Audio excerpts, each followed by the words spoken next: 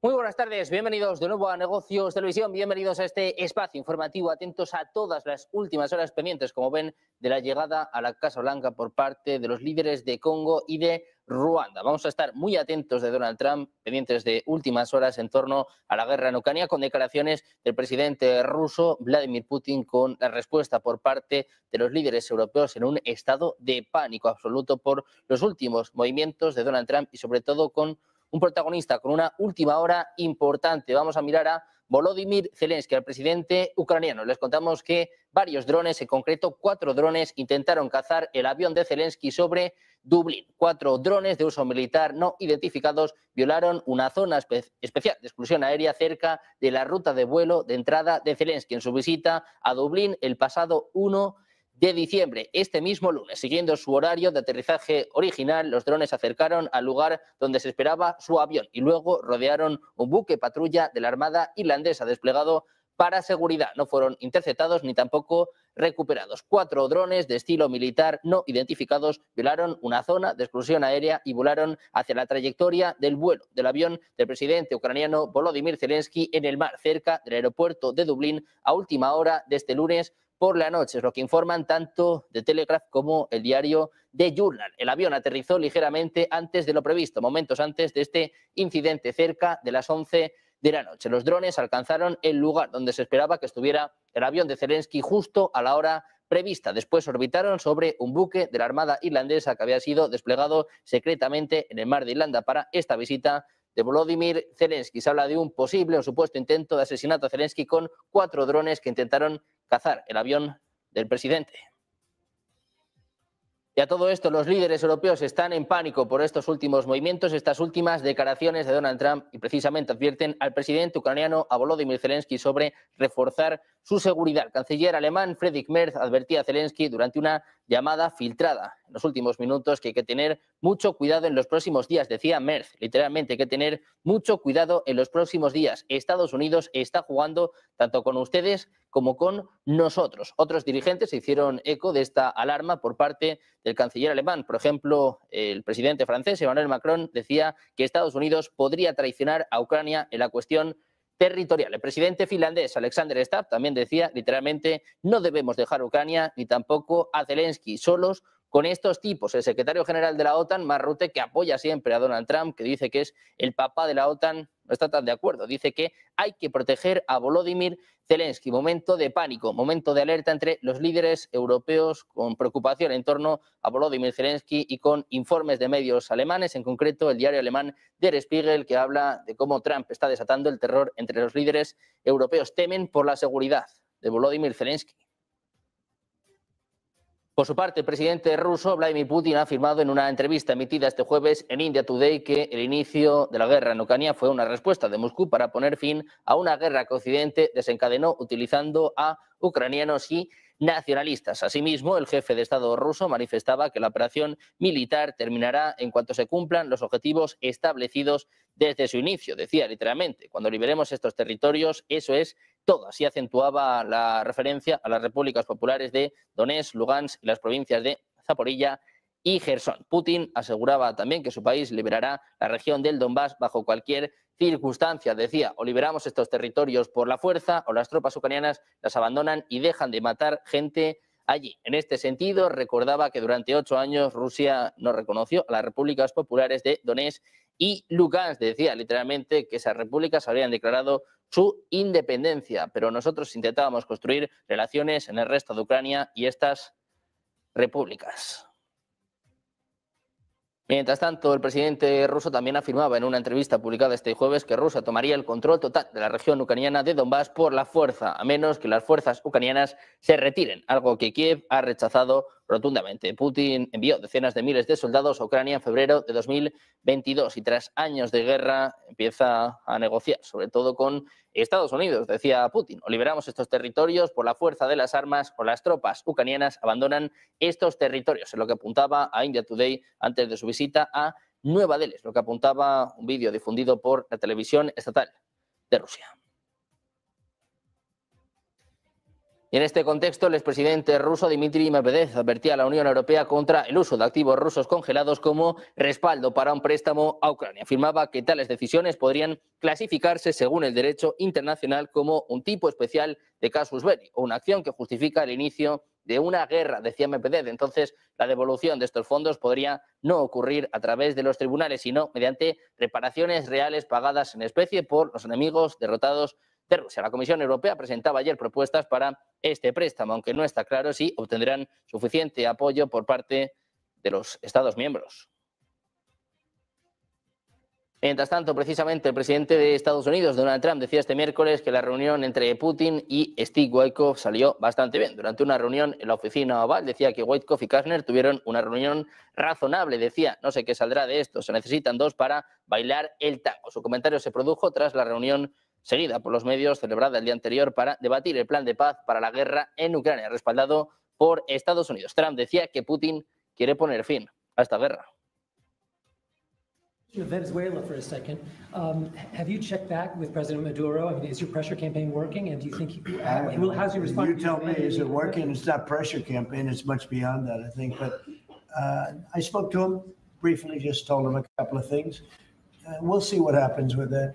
Venezuela sends us drugs, but Venezuela sends us people that they shouldn't be sending. They emptied their prisons into our country. Por su parte, el enviado especial de Estados Unidos, Steve Witkoff, y el yerno del presidente estadounidense, Donald Trump, se van a reunir con Rustem Umerov este mismo jueves en Miami, es lo que informaba The New York Post. Ambos planean informar a Umerov, que es el nuevo negociador principal de Kiev, sobre la reciente reunión con el presidente ruso Vladimir Putin en Moscú, que se prolongó durante 5 horas y concluyó sin acuerdo. El asesor presidencial ruso, Yuri Ushakov, calificaba este intercambio de constructivo, mientras que Trump describía estas conversaciones como bastante buenas. Se dice que Umerov aceptó la solicitud de unirse a estas discusiones en Florida. Zelensky habla de progresos efectivos. Готуємо зустрічі в Сполучених Штатах Америки після повернення американської команди з Москви та відповідних консультацій у Вашингтоні. Рустем Умєров, Андрій Гнатов та всі, хто потрібен для перемовин, продовжать розмову з представниками президента Трампа. Чекаємо новин найближчими днями щодо таких зустрічей, контактів, перемовин. Особисті зустрічі чи телефонні розмови є. Постійний контакт між усіма партнерами та між партнерами та Україною. Все зараз відбувається доволі результативно. На зустрічах в Женеві та у Флориді Україну чули і до України дослухались, і це важливо. Розраховуємо, що і надалі буде саме так. Лише із врахуванням інтересів України. Mientras tanto, Ucrania demandaba este jueves en Viena una paz justa basada en garantías de seguridad y no en un apaciguamiento de Rusia, lo que apuntaba a la intervención de su ministro de Exteriores, Andrei Sybiha, ante el Consejo Ministerial de la OSCE. Decía, hoy Rusia no quiere parar su guerra contra Ucrania. Mañana no parará en su expansión de la guerra más dentro de Europa, es lo que advirtía el jefe de la diplomacia ucraniana, que dijo que su país quiere una paz que sea sostenible. Sybiha afirmaba que Ucrania quiere la paz más que nadie y agregaba, anunciaba que Estados Unidos y los socios europeos están de acuerdo. Advierten que cualquier acuerdo debe ser duradero y basado en las garantías de seguridad.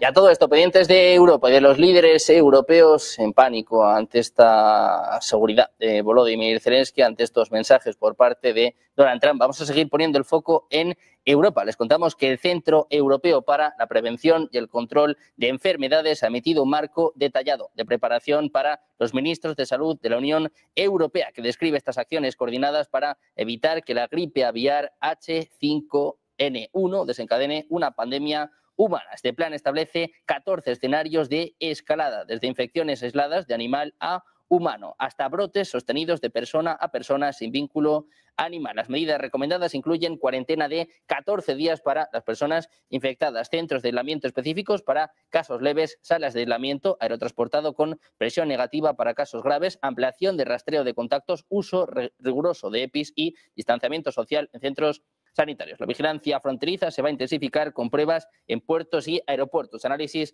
de aguas residuales de aeronaves y cribado selectivo de viajeros procedentes de zonas con brotes. El documento en concreto autoriza el despliegue rápido de las vacunas contra la gripe aviar humanas almacenadas incluso sin una declaración formal de pandemia. Información de última hora del diario The Telegraph que habla de que el Centro Europeo para la Prevención y el Control de Enfermedades ha emitido un marco detallado de preparación para los ministros de salud. Se hablan de acciones coordinadas para evitar que la gripe aviar desencadene una pandemia humana. Dicen literalmente, debemos asegurarnos de que las señales de alerta temprana no pasen desapercibidas y que las acciones de salud pública sean oportunas, coordinadas y eficaces.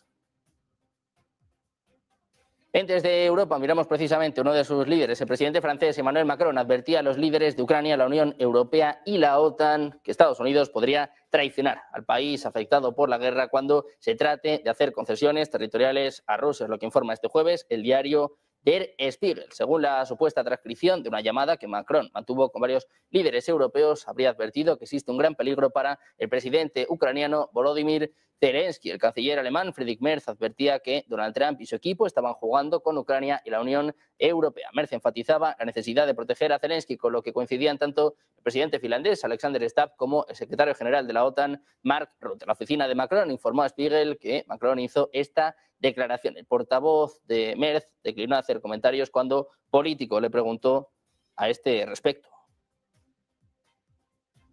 Por su parte, varios aliados de la OTAN anunciaban nuevas contribuciones de ayuda militar para Ucrania, mientras Mark Rutte subrayaba la necesidad de seguir con esa estrategia mientras siguen las conversaciones de paz. En este sentido, los aliados de la OTAN, decía Rutte, deben mantener su apoyo militar a Ucrania mientras se desarrollan las conversaciones de paz a fin de que llegue a la mesa de negociación lo más fuerte posible. Decía el propio Rutte que Kiev debe estar en la posición más sólida cuando las conversaciones de paz lleguen a un punto en el que se sienten a la mesa.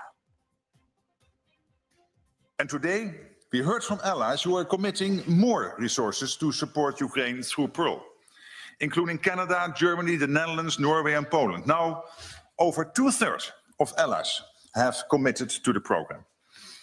And though not here for our meeting today, we heard from Australia and New Zealand, who will also contribute to Pearl, the first NATO partners to do so. And this means that allies and partners have already committed now really over $4 billion to Pearl, getting us on the track to the $5 billion for the full year. But we must do more. And all allies need to pull their weight to ensure that we are prepared and that the responsibility is fairly shared. Ministers discussed the planning underway to chart a credible path towards the commitment made in The Hague, investing 5% of GDP annually in defense. Mientras tanto, les contamos que la Unión Europea, con la presidenta de la Comisión, Ursula von der Leyen, a la cabeza, rebajaba a 90.000 millones la ayuda a Kiev con activos rusos. Intentaba convencer a Bélgica. La presidenta de la Comisión presentaba el texto legal para tratar de impulsar un crédito utilizando los activos congelados a Rusia para canalizar fondos a Ucrania, aunque Bélgica se sigue oponiendo. Today, we are proposing to cover 2/3 of Ukraine's financing needs for the next 2 years. So this is 90 billion euros. The remainder would be for international partners to cover. And today, we are tabling 2 solutions to member states to agree on. The first solution is EU borrowing.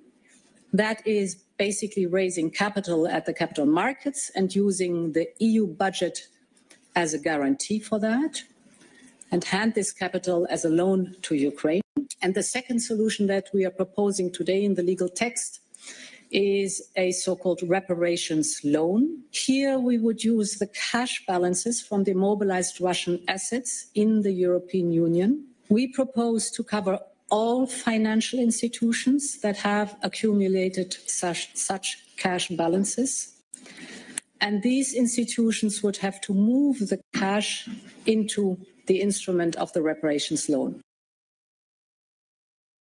Precisamente en Europa, la ex jefa de Servicio Exterior de la Unión Europea, Federica Mogherini, dimitía como rectora del Colegio de Europa en medio de acusaciones de corrupción. Es lo que informaba la agencia Reuters citando una carta de Mogherini. Se informó que Stefano Sanino, director de la Dirección General para Oriente Medio, África y el Golfo, segundo acusado en este caso de corrupción, dimitió de la Comisión Europea. Los cargos se relacionan con su periodo como secretario general de Servicio Europeo de Acción Exterior, lo que le convirtió en el segundo al mando de esta agencia y adjunto de Mogherini y de su sucesor, Josep Borrell. Precisamente en Europa, la mayoría de los ciudadanos de 9 países ven un alto riesgo de que estalle una guerra entre los miembros del bloque y Rusia, es lo que apunta a una encuesta del grupo de sondeo Cluster 17, publicada este jueves en la revista francesa de asuntos internacionales Le Grand Continent. Los resultados de la encuesta, basados en una muestra de casi 10.000 personas de 9 países, llegan más de 3 años y medio después del inicio del conflicto en Ucrania, y en medio de temores de que esta guerra pueda extenderse aún más. La encuesta mostró que el 51% de los encuestados piensa que existe un peligro alto o muy alto de que Rusia entre en guerra con su país en los próximos años. El estudio se realizaba con una muestra de 9.553 personas a finales de noviembre. Los países involucrados en este estudio fueron Francia, Alemania, Italia, España, Polonia, Portugal, Croacia, Bélgica y Países Bajos, con muestras de más de 1.000 personas en cada país. El temor a un conflicto abierto con Rusia era diverso. En Polonia, por ejemplo, que tiene frontera con Rusia y Bielorrusia, el 77% considera que el peligro era alto o muy alto. Esta cifra se redujo al 54% en Francia y al 51% en Alemania. Mientras tanto, el 65% de los italianos consideraba que el peligro era bajo o inexistente. Pendientes de los miedos en Europa, mirando hasta última hora, que apunta a un intento de asesinato a Volodymyr Zelensky. Enseguida andamos en esta cuestión. Estamos muy pendientes también de la llegada a la Casa Blanca de los líderes de Ruanda y de Congo. Vamos a hacer, una pausa, 2 minutos y enseguida más información. Negocios Televisión.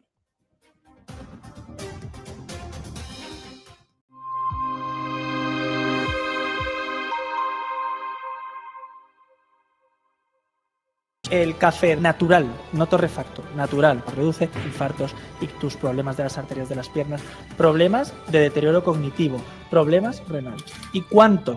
Hasta 5 tazas al día se ha demostrado un efecto exponencial. Es un mito que el que tiene Es un mitazo. hipertensión no debe tomar café. La sal bien, el café mal. El café hay que mantenerlo. Haces preguntas que nos van a meter en un pequeño marrón. Lo siento, no era mi intención.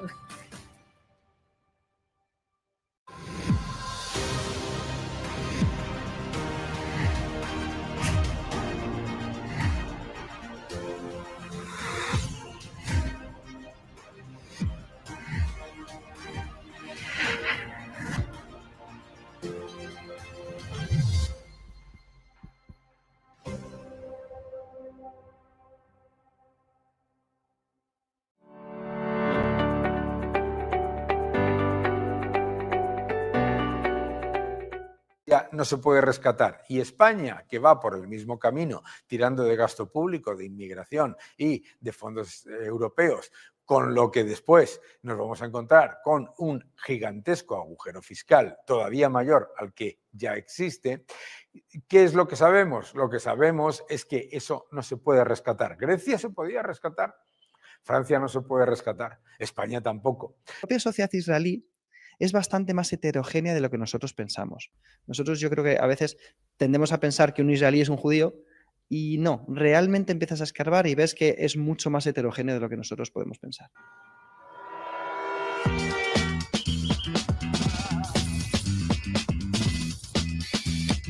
El sitio es el mejor del mundo.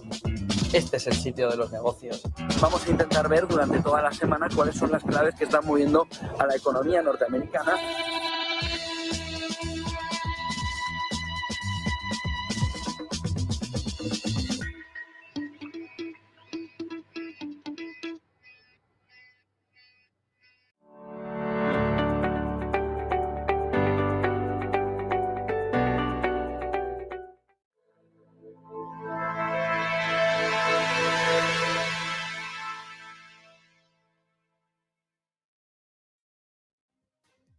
Seguimos atentos a las últimas horas, esperando a la llegada a la Casa Blanca de los líderes de Ruanda y de Congo, esperando a Donald Trump en un momento en el que el foco está puesto en Estados Unidos. Les contábamos hace cerca de una hora esta información que apunta que el FBI ha arrestado a un sospechoso de haber colocado 2 bombas justo antes del asalto al Capitolio el pasado 6 de enero. Y vamos a ahondar en esta información y además vamos a mostrarles las imágenes exclusivas. Toda esta información se la va a dar una vez más nuestro compañero Enrique Castilla. ¿Qué tal?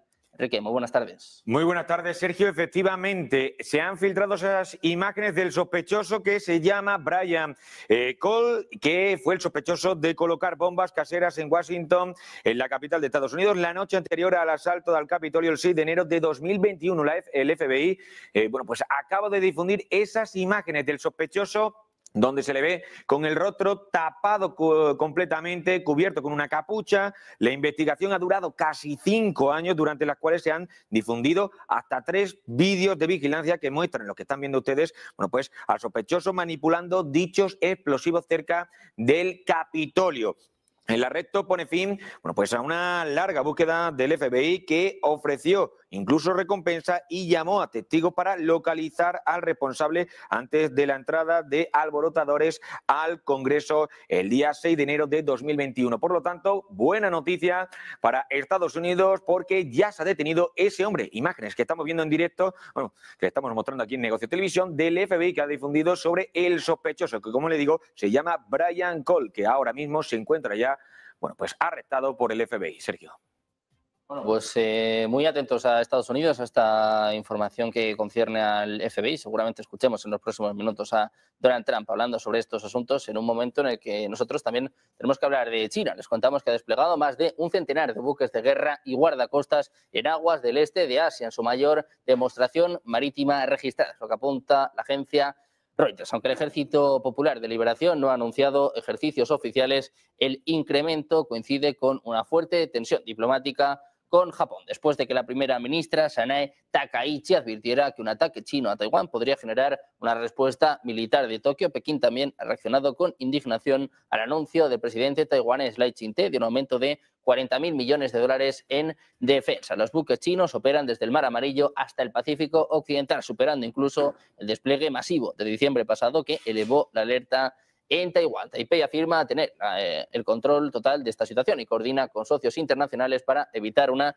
desestabilización. Es lo que apuntan funcionarios regionales. Dicen que esta intensificación comenzó tras la protesta china del 14 de noviembre contra Japón. China, que informaba este jueves de un sismo de magnitud 6,0 en Xinjiang, una región en el noroeste del país que comparte frontera con Kirguistán. Es lo que apunta el Centro de Redes de Terremotos de China. El terremoto se produjo cerca del condado de Acqui, cerca de la frontera entre Kirguistán y Xinjiang, a las 3:44 hora local, con epicentro a una profundidad de 10 kilómetros según el CENC. Dijo que este sismo se registró cerca de las 3:44, una profundidad de 10 kilómetros en el condado de Tunsuk de la provincia. No hubo informes inmediatos de daños cuando llegaron los últimos reportes. Según el Centro de Redes Sísmicas de China, la magnitud de este terremoto fue de 6,0, es lo que informa la agencia estatal china Xinhua. Según Shanghai Daily, el terremoto también afectó el condado de Aeki, en la prefectura autónoma kirguisa de Kyzyl en Xinjiang. Hablamos ahora de Venezuela. El presidente venezolano Nicolás Maduro, que propuso condiciones a Donald Trump a cambio de su renuncia. Varias fuentes dicen que solicitó retener 200 millones de dólares, amnistía para hasta 100 funcionarios y refugio en un país amigo. La llamada telefónica entre ambos líderes terminó sin acuerdo sobre estas demandas. Trump sugería una huida a China o a Rusia, mientras que Maduro prefería Cuba o Qatar. Estados Unidos considera a Mundo González como el presidente legítimo tras las elecciones de 2024 y Trump sigue aumentando la presión sobre Maduro, insinuando una posible acción militar. Maduro enfrenta desafíos de sus aliados sobre cualquier posible acuerdo y aunque una amnistía amplia no sería aceptable para Estados Unidos, algunos funcionarios ven los ataques militares como una posible próxima opción si estas negociaciones fracasan.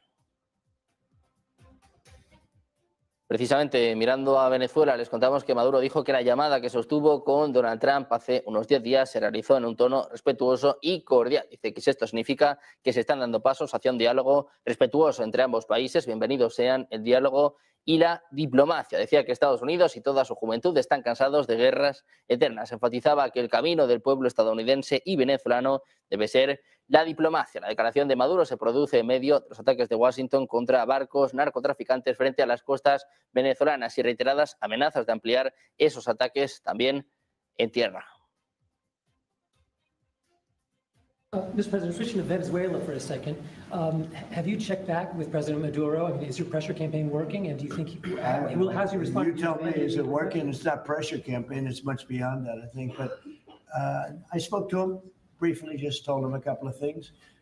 We'll see what happens with that. Venezuela sends us drugs, but Venezuela sends us people that they shouldn't be sending. They emptied their prisons into our country. Con el foco puesto en Venezuela y en estas tensiones con Estados Unidos, les contamos también que el embajador ruso en Venezuela decía que el país sudamericano está listo para repeler totalmente cualquier ataque en medio de las crecientes tensiones con Estados Unidos. Decía, los venezolanos no quieren ninguna agresión, no quieren enfrentamientos ni intervenciones, sino que están denunciando esto abiertamente. Dice que organizan diversos eventos en Caracas en los que interviene el propio Maduro. Donald Trump afirmaba que Washington comenzaría a atacar a los cárteles de la droga en Venezuela y en otros lugares muy pronto. Mientras tanto, el Papa León XIV expresaba su preocupación por el creciente riesgo de una intervención militar de Estados Unidos contra el país latinoamericano. A todo esto miramos a la reacción de España. El ministro de Asuntos Exteriores español, José Manuel Álvarez, decía que la crisis de Venezuela se tiene que resolver por medios pacíficos y que España no va a atizar ningún fuego con respecto a un país hermano latinoamericano. También se ha referido a si la OTAN apoyaría una intervención militar de Estados Unidos en Venezuela. Señala que el país caribeño no está dentro de la órbita de la OTAN y que tampoco es una cuestión que preocupe a la alianza. De Venezuela, sigo muy de cerca la situación en Venezuela. Es uno de los asuntos que ocupa más tiempo ahora mismo en cada uno de mis días. Justo según estaba aterrizando, estaba analizando la información que me llegaba, lo hago día a día. Nosotros tenemos una posición constante con Venezuela. La crisis de Venezuela se tiene que resolver por medios pacíficos, una solución democrática y ante todo dialogada y genuinamente venezolana. No van a encontrar nunca a España atizando ningún fuego con respecto a un país hermano latinoamericano, sea cual sea. España siempre va a estar al lado de las soluciones dialogadas, pacíficas y democráticas. Lo que nosotros queremos para el pueblo venezolano, exactamente igual que lo que queremos para todos los pueblos hermanos de Latinoamérica, es lo mismo que queremos para el pueblo español. Paz, democracia y justicia social. Mientras tanto, el presidente de Estados Unidos, Donald Trump, afirmaba estar dispuesto a publicar las imágenes del segundo ataque perpetrado en el Caribe, después de que periodistas cuestionaran por qué solo se difundió el primer vídeo del 2 de septiembre. Decía, lo que tengan lo pueden publicar sin problema. Señalaba que el tráfico marítimo de drogas había caído durante su administración. El 15 de septiembre, fuerzas militares de Estados Unidos llevaron a cabo un segundo ataque cinético en aguas internacionales dirigido contra lo que él describía como violentos cárteles del narcotráfico y narcoterroristas vinculados a Venezuela, quienes transportaban narcóticos hacia Estados Unidos. Desde entonces, la falta de pruebas ha generado preguntas y ha generado un mayor escrutinio. Pendientes de Donald Trump y de la tensión con Venezuela, miramos también a la ciencia. Les contamos que Tracy Atlas dispara chorros gemelos que desafían la física de los cometas. Nuevos datos extensos muestran chorros rectos y estables y una composición exótica. Observaciones realizadas desde múltiples telescopios y sondas espaciales revelan que Tracy Atlas emite chorros de gas y polvo estrechamente colimados que se mantienen geométricamente estables a lo largo del tiempo. Un análisis de datos de imágenes térmicas describía estos anillos de calor concéntricos que rodean el núcleo junto con una banda de supresión y una envoltura térmica redondeada, características resumidas como anomalías extraordinarias. Según ese análisis, los chorros rectos y persistentes desafían las expectativas y cuestionan la suposición de que Tracy Atlas funciona únicamente mediante sublimación volátil impulsada por el calentamiento solar.